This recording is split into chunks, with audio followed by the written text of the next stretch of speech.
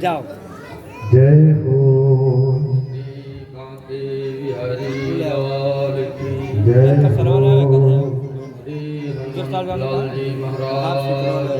जय हो सदगुरुदेव भगवान की जय हो बिहारी बिहारी जी महाराज की जय हो वेद व्यास भगवान की जय हो देव परीक्षित महाराज की जय हो समाज की जय हो जय जय श्री राम। गंगा तरंग रमणीय जटा कलापम गौरी निरंतर विभूषित भागम कहाँ गए भैया? नारायण प्रियमनंग मदापहारम वाराणसी पुरपतिम भज विश्वनाथम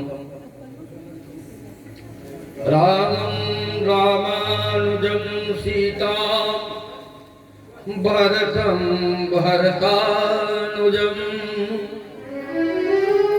सुग्रीवं वायुसूनुं च प्रणमामि पुनः पुनः। अंजनानंदनं वीरं जानकी शोकनाशनम् कपीशमक्षहन्तारं वन्दे लङ्का भयङ्करम्।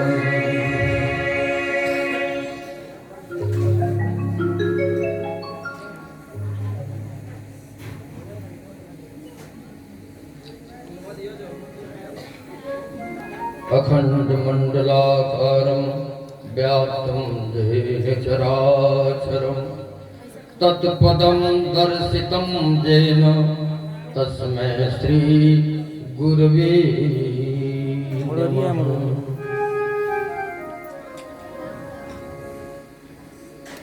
राधे मेरी स्वामिनी मैं श्री राधे को जन्म जन्म मोह दीजियो श्री बरसाने मेवा। जय जय श्री रसिकेश्वरी रसिकेश्वर घनश्याम करहु वास मम हृदय महा श्री वृंदावन धाम। जय जय जय श्री अवधजू जय सरजू सुख कुंज जय जय सदगुरुदेव जो जय श्री मिथिला कुंज जय जय सदगुरुदेव जो जय श्री मिथिला कुंज।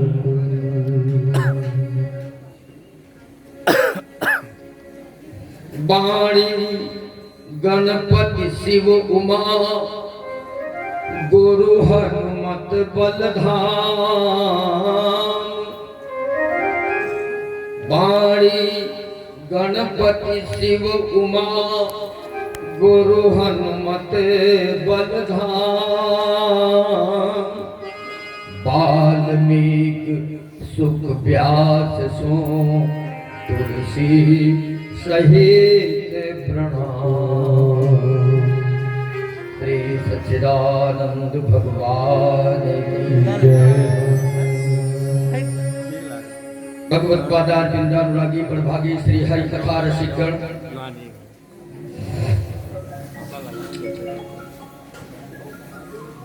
सती सावित्री गार्गी अनसुया अरुंधति नर्मदा सेव्या एवं श्री किशोरी जी महारानी के परम पवित्र चरित्र का अनुकरण करने वाली देवियां एवं माताएं, अर्चनीय संत विद्वत विप्र एवं भक्त समाज, परम कथा ऋषि श्रोमण श्री हनुमान जी महाराज, परमाध्यक्ष स्वयं भगवान अकारण करुणा करुणालय नंद नंदन श्याम सुंदर बांके बिहारी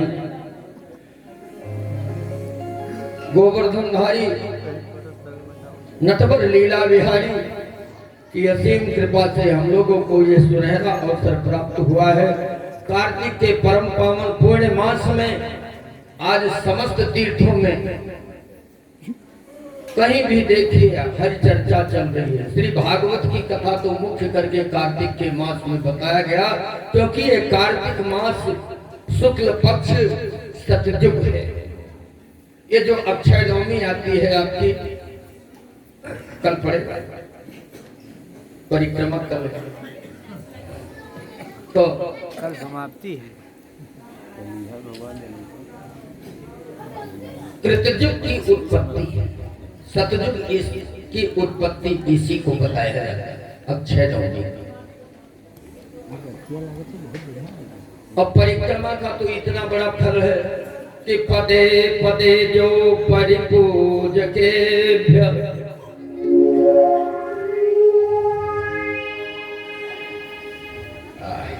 एक एक पैर जो परिक्रमा करने वाले रखते हैं, करोड़ों जन यज्ञ के पुण्य का लाभ उनको मिलता है। अच्छा, जो लोग श्री अवधाम, श्री धाम वृंदावन, श्री धाम चित्रकूट, श्री धाम मिथिला पहुंच चुके हैं, वो पहुंच चुके हैं। न पहुंच पाए हो जो लोग, वही इस श्री भागवत की 108 परिक्रमा कर लेंगे। उस परिक्रमा का 14 कोटि का पूरा फल आपको मिल जाएगा। ऐसा भागवत का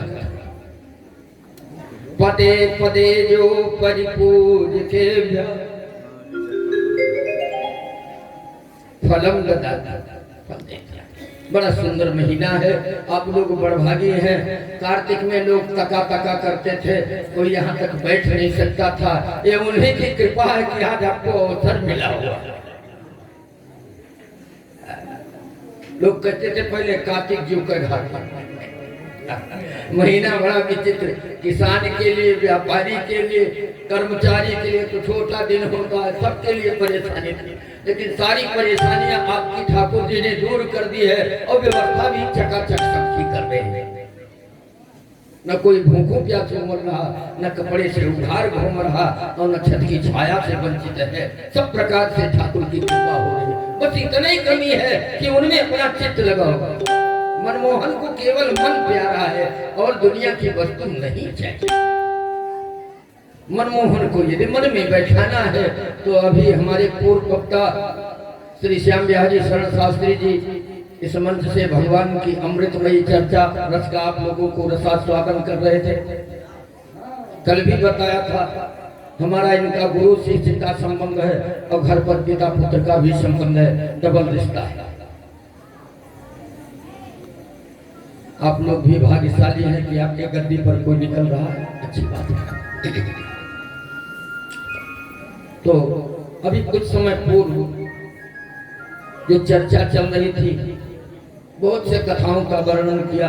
कथा तो भगवान की अनंत है, कहकर कौन पार पा सकता है, फिर भी सती चरित्र तक जो पहुंचा पाए। अब इसके आगे की चर्चा, लेकिन उसके पहले मंगलाचरण के रूप में आइए कुछ भगवान नाम कीर्तन करें।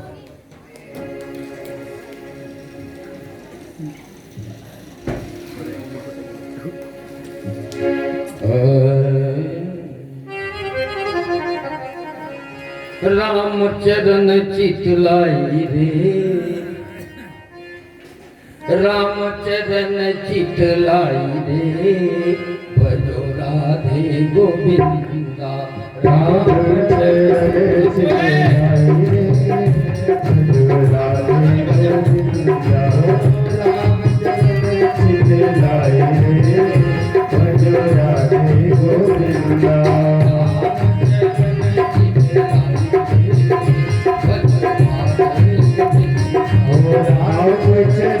चितलाई रे, भजो राधे गोविंदा।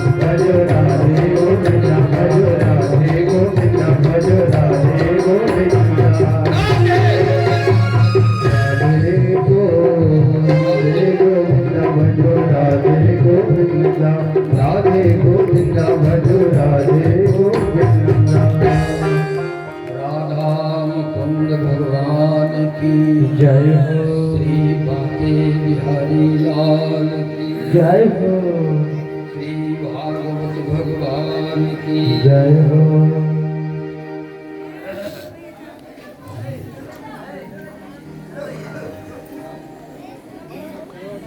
क्या बात करता हो तुम लोग?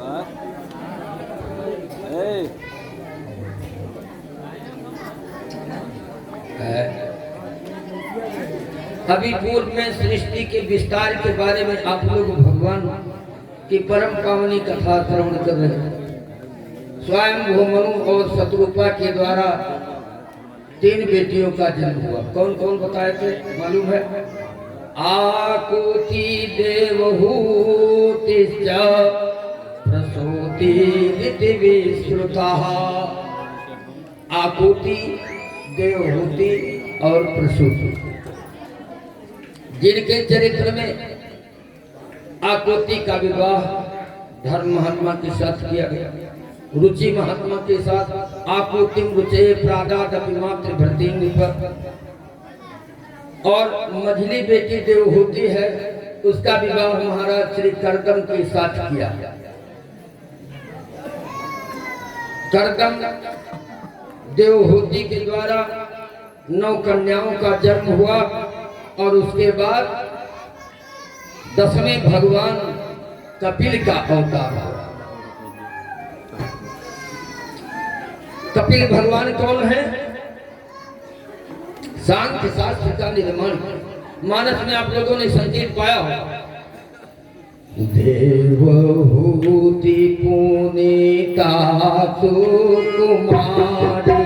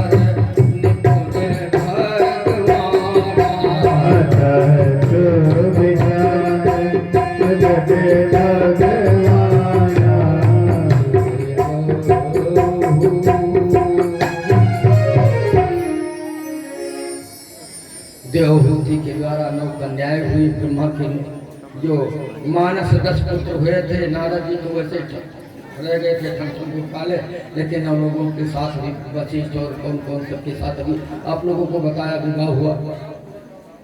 10वें कपिल भगवान प्रकट हुए। पिता कर्दम अपने वादा के अनुसार भगवान को प्राप्त करने के बाद वो तो चले गए बिंदु सरोवर पर तप करने के लिए। माता देवहूति को गर्भ गीता का उपदेश दिया। वाह रे बेटा वाह। अपने बेटे से गीता गर्भ गीता का उपदेश सुनकर जीवन में वैराग्य पैदा हो गया। अब माता का अंत्येष्टि आदि करके महाराज श्री कपिल बिंदु सरोवर से, जिसे आदम सिद्धपुर कहते हैं, सिद्धपुर, ये राजस्थान और गुजरात के बॉर्डर पर पड़ता है, उसे मातृ गया कहते हैं। चारों धाम की यात्रा में जो लोग जाते हैं मातृ गया जरूर जाते होंगे। वहीं पर भगवान कर्दम ने तपस्या किया था और अपनी माता देवहूति को भगवान कपिल ने वहीं बैठकर उपदेश दिया। माता का अंत्येष्टि करने के बाद वही कपिल गंगा सागर चले गए। इस प्रकार से उनकी कन्याओं का वर्णन किया। देवहूति का बची आकुति, देवहूति, और तीसरे नंबर की कौन है? प्रसूति। प्रसूति का विवाह दक्ष के साथ हुआ। दक्ष के द्वारा एक नहीं 60 कन्याओं का जन्म हुआ।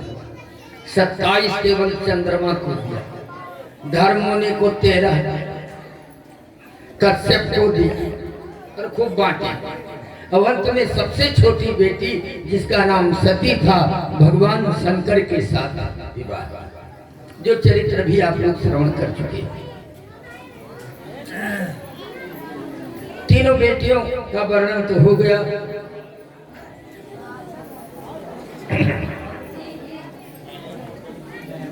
अच्छा महाराज, तो केवल स्वयं मनु और शत्रुपा के द्वारा बेटी हुई कि कोई बेटा भी हुआ? बोले हुआ बेटा। और हुआ प्रियव्रतोत्तानपाद शतरूपा पते सुतो वासुदेवस्य कलया रक्षायां जगत स्थितो। दो बेटे, तो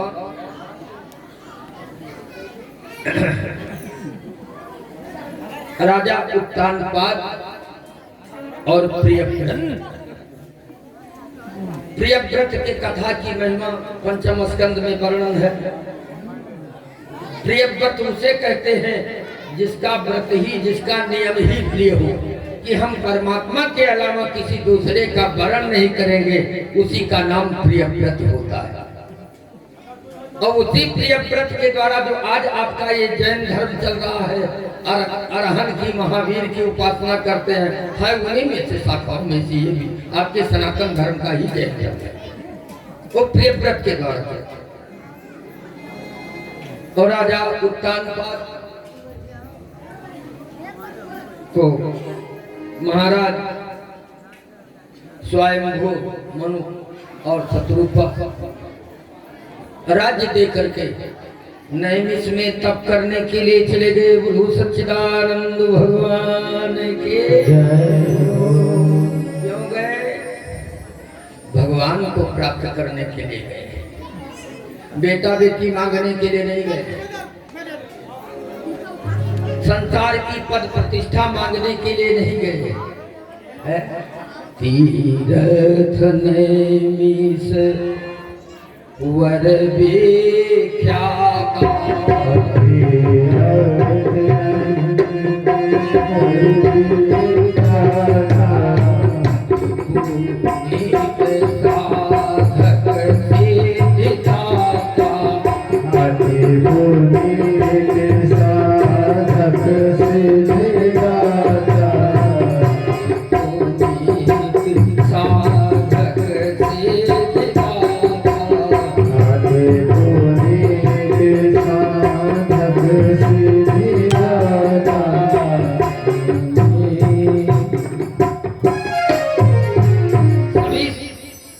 तीर्थों में श्रेष्ठ नैमिषारण्य, वहां तप करने के लिए स्वयं मनु और शत्रुपा चले गए।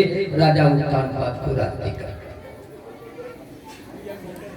राजा उत्तानपाद का दो विवाह हुआ।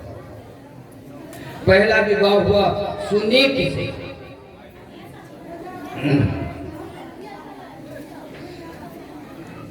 जाए उत्तानपाद से सुनीते सुरुचिस्तया। राजा उत्तानपाद की दो जाया, जाया कहो, भाषा कहो, पत्नी कहो,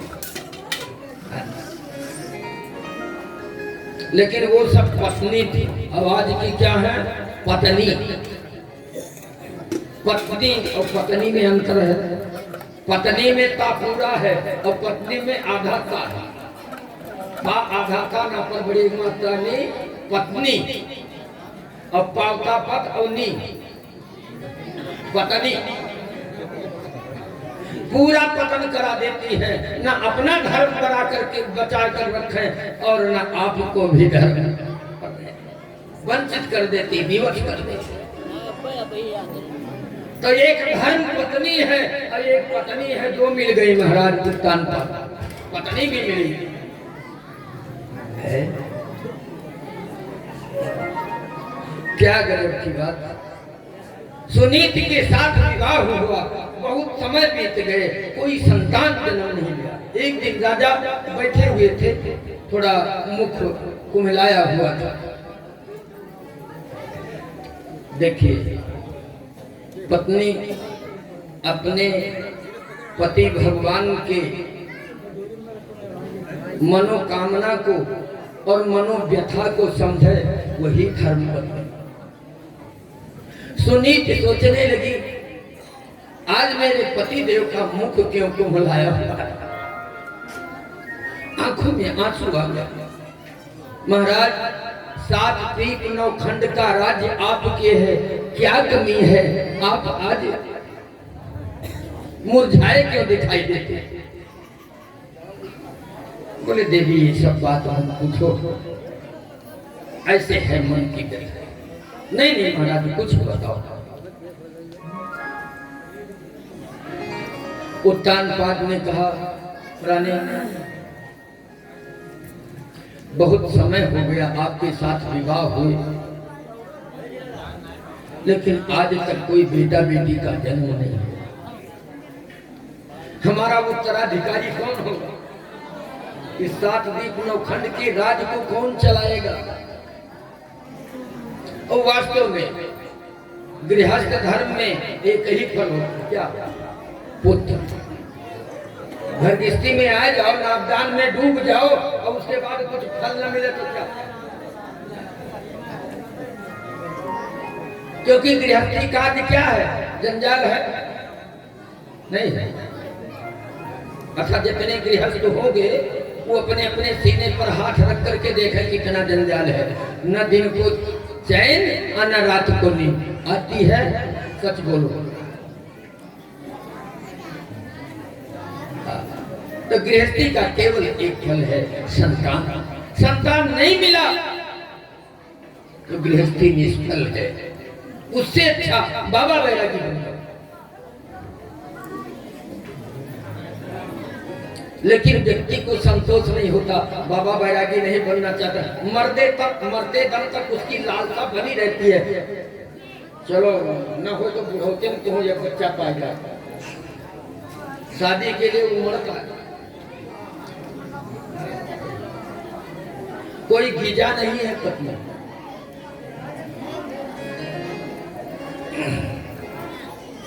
रानी ने कहा, महाराज तब क्या करेंगे? अब ये तो ईश्वर के बस की बात है, अपने बस की बात तो है नहीं बेटा बेटी पैदा करने। विधाता ने हमारे किस्मत में न लिखा होगा, इसलिए मुझे नहीं मिला। चिंता क्यों करते हो? राजा ने कहा, तू नहीं समझती। समाज में रहने वाले पुरुषों को लोग किस दृष्टि से देखते हैं? दरवाजे से यदि कोई निकल पड़े वंशविहीन, वह निर्वंशी जाता। अच्छा, एक बात सोचो, जो बहुवंशी है उसको कोई निर्वंशी कह दे तो चिढ़ेगा नहीं, लेकिन वो जो काना है और कनवा कह करके पुकारोगे तो उसको कष्ट होगा। काना को काना कहे तुरंत जावे रूठ। कनवा कहकर पुकारोगे तो नाराज हो जाएगा, लेकिन यदि आप थोड़ा घुमा फिरा कर बोलना जानते हैं, भैया वो अखियन तो चोट लाग गए रहे, ये का हो, तब बताए सुन जल में बोल रहा उनका, वो स्वयं बता दे।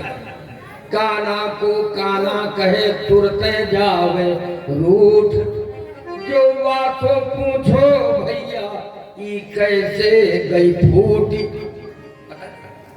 लेकिन व्यंग वचन बोलोगे तो कष्ट। उत्तानपाद ने कहा, रानी तू नहीं समझती समाज की बात। मुझे पुत्रहीन समझकर सारी प्रजाएं दुखी, केवल मैं अपने दुख से दुखी नहीं हूं, सारे प्रजाओं के दुख से दुखी हूं।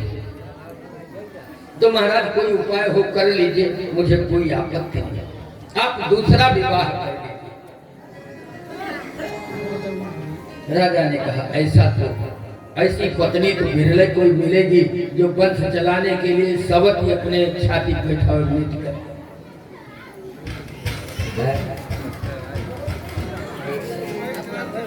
सुनीति के कहने से ही राजा उत्तानपाद ने अपना दूसरा विवाह कर लिया, जिसका नाम सुरुचि है।